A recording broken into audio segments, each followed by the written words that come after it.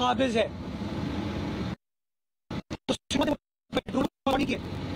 वो हट अलॉट नहीं की, वो दुकानें अलॉट नहीं की, वो केएमसी ने की है।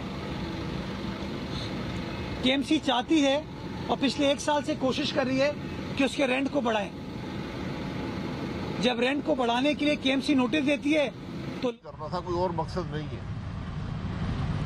और दूसरा हमला है जो जुडिशरी है उसके मामलात पर कि जो जज जुडिशरी अपॉइंट करती है उनको मैनेज जुडिशरी करती है, वफाकी हुकूमत करेगी।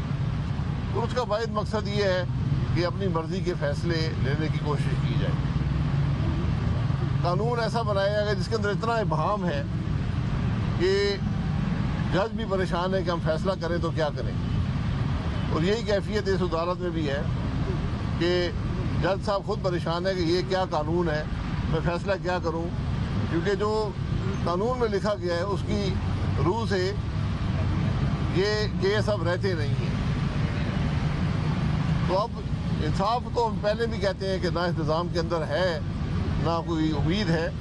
बहरहाल हमने तो ये फैसला किया कि हम इस ऑर्डिनेंस के तहत कोई रिलीफ नहीं मांगेंगे, ना मांगने की ज़रूरत है, क्योंकि ये काम जज का है कि जो इस हुकूमत ने उजलत में एक ऑर्डिनेंस के ज़रिए कानून बनाया है उस पर वो क्या फ़ैसला करते हैं।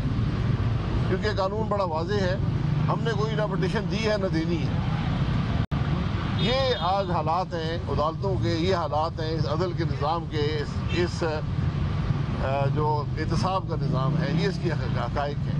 तो बहरहाल ये मामला चलता रहेगा। बताइए जी भाई साहब क्या कहेंगे? वज़ीर-ए-आज़म इमरान खान साहब ने कल इस मामले की शिरकत की है। उन्होंने कहा है कि भारत के साथ दोस्ताना ताल्लुकात चाहते हैं, सिर्फ मसला कश्मीर है, अगर वो हल हो जाए तो हमारे दोस्ताना ताल्लुकात में कोई रुकावट नहीं है। इस बयान को आप किस तरह से देखते हैं? आप इसको शाइन करार देते हैं? मैं वज़ीर-ए-आज़म के बयान को ना कभी सुनता हूँ ना देखता हूँ, क्योंकि वो अक्ल पर मबनी नहीं होते। पाकिस्तान हिंदुस्तान के मामलात जो हैं UN सिक्योरिटी काउंसिल रेजोल्यूशन के तहत ही तय हो सकते हैं, उसके अलावा कोई रास्ता नहीं है। दोस्ताना ताल्लुकात की ख्वाहिश इमरान खान साहब की बड़ी पुरानी है, लेकिन वहाँ से कोई जवाब उनको आज तक मिला नहीं है। इसलिए दोस्ताना ख्वाहिशात की ख्वाहिश ना करें, कश्मीर के मुसलमानों की बात करें, कश्मीर के अवाम की बात करें जो आज भी भारत के जुल्म के तहत वहाँ पर जी रहे हैं।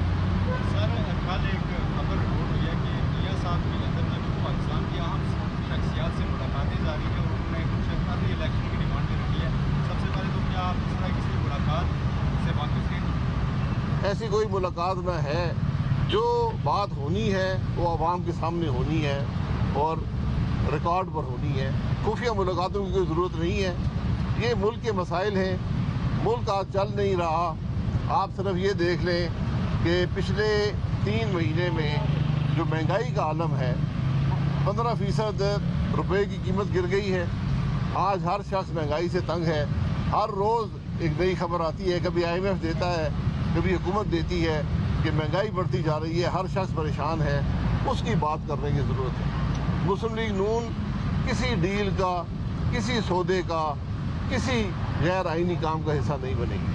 भाई साहब ये बताएं, बलूचिस्तान में तब्दीली आ गई है, PDM के साथ मिलकर वहाँ पे हुकूमत बनाएंगे और अगली तब्दीली कहाँ पे देख रहे हैं? बलूचिस्तान में तब्दीली आई थी 2018 में, अब तब्दीली में तब्दीली आ गई है। तो मुझे लगता है कोई और तब्दीलियाँ भी आएंगी। जी ठीक है जी। भाई साहब पेट्रोल की कीमत पहले ही बहुत बढ़ चुकी है, अब मज़ीद बढ़ने का इम्कान है, तो उसमें क्या कहेंगे? अभी भी घबराना नहीं है? ये तो आपकी मर्जी है, घबराएं या ना घबराएं। लेकिन ये पेट्रोल की कीमत इमरान खान नहीं बढ़ा रहा, ये IMF बढ़ा रहा है। आज मुल्क के मामलात IMF चलाता है, इमरान खान नहीं चलाता। जो वो हुक्म करते हैं वो मानना पड़ता है। हुकूमत अपना टेन्योर पूरा करेगी या कबल इलेक्शन हो जाएंगे? आप बर्दाश्त कर लेंगे? मुझे ये बताएं ना, ये महंगाई बर्दाश्त कर लेंगे? आप घबराएं नहीं तो हुकूमत चलती रहेगी। लेकिन मेरे ख्याल हम तो सारे घबरा रहे हैं। लेकिन क्या आप घबरा के फैसला करने बता रही है कि हुकूमत अपोजिशन जो होती है वो अवाम की तकलीफ की बात करती है। पार्लिमानी निज़ाम को समझने की ज़रूरत है। हमने कोई गैर आइनी काम नहीं करना, हमने कोई सौदे नहीं करने, उसमें ही मुल्क का नुकसान होता है। इसलिए हम जो आइनी रास्ता है उसी पर चलते हैं। जो अवाम की तकलीफ है उसको उजागर करते हैं, अवाम को उसके वजूहात बताते हैं, उस पर बात करते हैं, उसका हल देते हैं। और आज मुल्क के मसाइल का सिर्फ एक हल है कि फौरी और शिफाफ इंतखाबात हो। शरीफ का वापस है, नौशी साहब इलाज करवा कर आएंगे। चलो आपके सामने इस ऑयल टर्मिनल पे मेरे आने से पहले जीरो आमदनी थी केएमसी की, जीरो। इस वक्त 60 रोज में इस ऑयल टर्मिनल से केएमसी ने तकरीबन 25 लाख रुपए आमदनी इकट्ठा की है। 25 लाख रुपए 60 रोज के अंदर। जिस जगह पे डेली कभी 40-45 टैंकर खड़े होते थे, आप अंदर जाके देखिएगा, आज अल्हम्दुलिल्लाह 400-500 टैंकर खड़े हैं। तो ये केएमसी ने काम किया, ये पुलिस ने काम किया, आपकी जिले इंतजामिया ने काम किया। नतीजा ये हुआ कि we are moving in the right direction. अब मैं आपको बताता हूं कि मुझे एक और दुश्वारी क्या आई। मुझे पर्सनल धमकियों के मैसेजेस आए कुछ लोगों की जानिब से। कुछ ऑडियो नोट्स भी हैं मेरे पास, वॉइस क्लिप्स भी हैं, वो आपको मैं भिजवा दूंगा। ये जो माफियाज बैठी हैं, जब सरकार उन माफियाज के खिलाफ कार्रवाई करती है तो अदालत बैठी हैं, जब सरकार उन माफियाज के खिलाफ कार्रवाई करती है तो अदालत जाके स्टे ऑर्डर ले लेती हैं, डराते हैं, धमकाते हैं। जो सैंक्टिटी है ना एग्जीक्यूटिव फैसलों की, उसके बारे में हम सबको सोचने की जरूरत है। मुझे मौका नहीं मिला कल अदालत में ये कहने का कि जी क्या कर रहे हैं। अगर मौका मिलता तो मैं बताता कि सर जुल्फिकाराबाद ऑयल टर्मिनल जो कि 2011-12 में सोचा गया था, वो आज 2021 में मुर्तजा वहाब जब एडमिनिस्ट्रेटर बनाए, उस केएमसी ने उसको कामयाबी से हमकिनार कर दिया है। आज वो ऑयल टैंकर अंदर खड़े हैं। ये केएमसी ने के 60 रोज की अकॉम्प्लिशमेंट है। ट्रैफिक की बड़ी बात होती है। इन 60 रोज के अंदर मैं एनएचए के साथ, पुलिस के साथ और केएमसी हुक्काम आधी दर्जन मीटिंग्स कर चुकी है कि हैवी ट्रैफिक को आप कराची की सड़कों से बाहर निकालिए और लियारी एक्सप्रेस वे इस्तेमाल कीजिए। दुनिया भर के अंदर ये रिंग रोड हैवी ट्रैफिक के लिए इस्तेमाल होते हैं ताकि आप, मैं, हमारे बच्चे, हमें तकलीफ का सामना ना करना पड़े, हमारी ट्रैफिक कंजेशन कम हो सके। आज भी आपको शहर के अंदर ये पीछे नजर आ रहे हैं। बट मैं क्या करूं, लियारी एक्सप्रेसवे केएमसी के अंडर नहीं है, लियारी एक्सप्रेसवे कराची पुलिस के अंडर नहीं है, लियारी एक्सप्रेसवे एनएचए के अंडर है। मैंने उनको बुला के कहा कि आप कैसा लियारी एक्सप्रेसवे आपका है जिसपे आप हेवी ट्रैफिक अलाउ नहीं करते। सारा ट्रैफिक कराची की सड़कों पर आता है, कंजेशन बढ़ी हुई है। कोई जवाब नहीं था उनके पास। मैं कहा लियारी एक्सप्रेसवे शानदार प्रोजेक्ट मादी की हुकूमतों ने बनाया है, उस पर स्ट्रीट लाइट्स लगा दें जी। आज तक स्ट्रीट लाइट्स नहीं है, कोई इसके ऊपर नोटिस नहीं लिया जाता। और मैं यहाँ पर हमेशा सच बोलता हूँ। मैं गवर्नर साहब का शुक्रिया अदा करना चाहूंगा, बिकॉज गवर्नर साहब ने भी लियारी एक्सप्रेस मंसूबे को हैवी ट्रैफिक के लिए इस्तेमाल करने की कोशिश की, लेकिन एनएचए ने उनकी बात भी नहीं सुनी। तो मैं तो आज मीडिया के जरिए, चूंकि मैं कल बात नहीं कर पाया, ये मुझे रोक दिया गया, क्या खामोश हो जाएं। तो इसलिए मैं ये कह रहा हूं कि ये काम हम कर रहे हैं। इसके पीछे हम थोड़ा सा आगे जाएंगे, लिंक रोड बन रही है जो कि एनएचए के नेशनल हाईवे और सुपर हाईवे हमारा एमएन को कनेक्ट करती है। कौन बना रहा है? पाकिस्तान पीपल्स पार्टी की सिंध हुकूमत बना रही है। अभी हम शहर से ट्रैवल करते हुए शारे फैसल से आए। ये कराची ठट्टा डुअल कैरेज वे किसने बनाया है? सिंध हुकूमत ने बनाया। अरसे दराज से अरसे दराज से जो लोग हमारे साहिली पट्टी का रुख करते थे, वो सड़क खराब थी। वो सैंडस्पिट रोड किसने बनाई है? वो कराची की इंतजामिया ने बनाई है। पाकिस्तान पीपल्स पार्टी जिस इंतजामिया को चला रही है, सिंध हुकूमत जिस इंतजामिया को चला रही है, मौरीपुर रोड को जो कि तबाह थी, मैंने अपनी जिंदगी में उस रोड को सही हालत में नहीं देखा। वो किसने बनाई है? वो बिलावल भुट्टो जरदारी साहब की सिंध हुकूमत ने बनाया उसको। मनोड़ा आइलैंड पे एक बहुत बड़ा प्रोमेनाड कराची वालों के लिए कि कराची वाले साहिल को जाके एंजॉय कर सकें। इंशाअल्लाह हफ्ते के रोज वजीर आला सिंध उसका इफ्तिताह करेंगे। वो किसने बनाया है? वो इसी कराची की इंतजामिया ने बनाया है। पाकिस्तान पीपल्स पार्टी की सिंध हुकूमत ने बनाया है।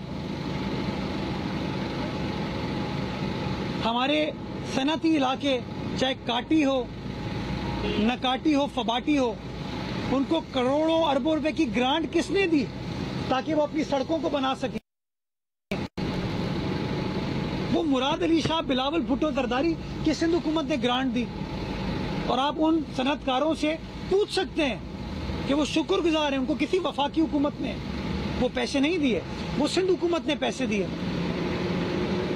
आप में से बड़े लोग कोरंगी की एरिया को विजिट करते हैं। कोरंगी का हिस्सा लांडी से होता हुआ मलीर तक जाता है।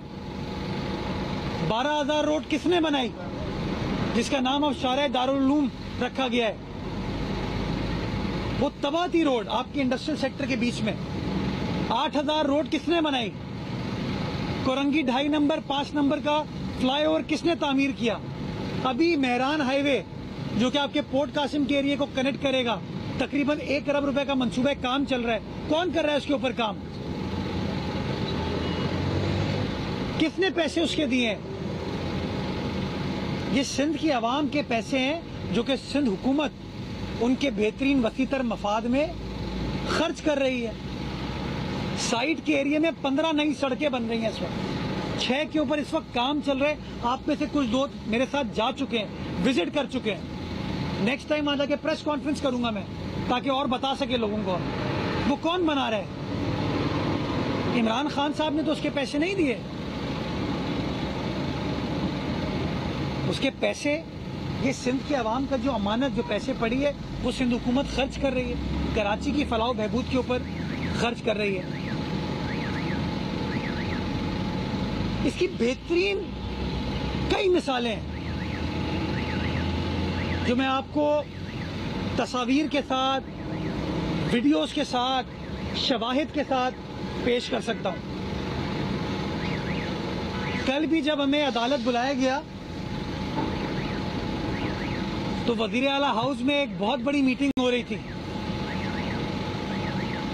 पब्लिक प्राइवेट पार्टनरशिप प्रोजेक्ट के हवाले से, जिसके अंदर पाकिस्तान का सबसे बड़ा special economic zone, Dhabeji special economic zone, जिसकी टेंडरिंग का प्रोसेस कंप्लीट हुआ है, उसकी मंजूरी कल वफाकी हुकूमत ने नहीं, सिंध हुकूमत ने दी है। 1800 एकड़ पे यहाँ पर पोर्ट कासिम के बराबर में सिंध हुकूमत बनाने जा रही है, जहाँ पे नई सनतें लगेंगी, हमारे मजदूरों को रोजगार मिलेगा, हमारे जो इन्वेस्टर्स हैं, हमारे जो सनतकार हैं, उनको जगह मिलेगी स्पेशल इकोनॉमिक जोन के तहत कि अपनी वो सनतें लगा पाएंगे, जो कि पाकिस्तान की एक्सपोर्ट को सपोर्ट करेगा, पाकिस्तान की बाकी चीज़ों को सपोर्ट करेगा। पानी का बहुत बड़ा मसला है। कल जिस वक्त अदालत हमें बुला रही थी, वो मीटिंग ख़त्म करनी पड़ी हमें, तो उस मीटिंग में पब्लिक प्राइवेट पार्टनरशिप बोर्ड ने हब डैम से इजाफी पानी लाने की जो प्रोजेक्ट है उसकी मंजूरी दी। किंजर से इजाफी 65 MJD पानी लाने की मंजूरी दी। डिसैलिनेशन प्लांट जिस प्रोजेक्ट के ऊपर 5 MJD के प्रोजेक्ट के ऊपर सिंध हुकूमत काम कर रही है, उसके बारे में मशावरत की गई, तफसीलात से आगाह किया गया। ये तकरीबन 100 MJD के मंसूबे हैं जो कि सिंध हुकूमत चाहती है अगले 2 से 2.5 साल में कराची शहर में लगे और कराची वालों को ये पानी मिले।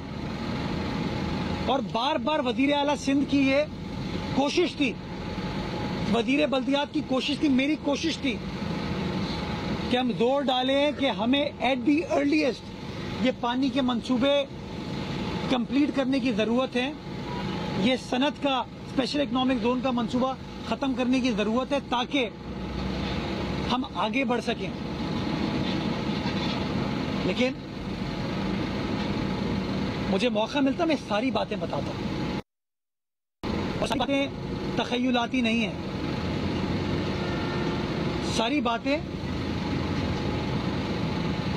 हकाइक पर मबनी है, शवाहिद पर मबनी है। और इसीलिए सिंध हुकूमत समझती है कि जो बहरिया टाउन केस के पैसे सुप्रीम कोर्ट में जमा हैं, उन पैसों को सिंध के ऊपर खर्च होना चाहिए, कराची के ऊपर खर्च होना चाहिए, मलीर के ऊपर खर्च होना चाहिए, हमारे शहरियों के ऊपर खर्च होने चाहिए। और इसलिए कानूनी एतबार से अपना हक इस्तेमाल करते हुए हमने सुप्रीम कोर्ट से इल्तिजा की है कि वो पैसों में से इतने पैसे देंगे तो हम काम स्टार्ट कर देंगे। और कल वजीर आला सिंध ने भी ये बात दोहराई है। तो जिस तरह अदालतों की इज्जत एहतराम हम सब पर लाजिम है, बिकॉज आईने पाकिस्तान इस बात को इंश्योर करता है, उसी तरीके से वही आईने पाकिस्तान हर शहरी को यह हक देता है कि वो अपनी बात कर सके। बुनियादी हक है कि अपना पॉइंट ऑफ व्यू कन्वे किया जा सके इज्जत और एहतराम के साथ, क्योंकि आईने पाकिस्तान ये भी कहता है कि dignity of man is an inviolable right, और वो डिग्निटी हर शहरी की है। ये नहीं है कि एडमिनिस्ट्रेटर कराची मुर्तजा वहाब मीडिया से गुफ्तगू कर रहे हैं।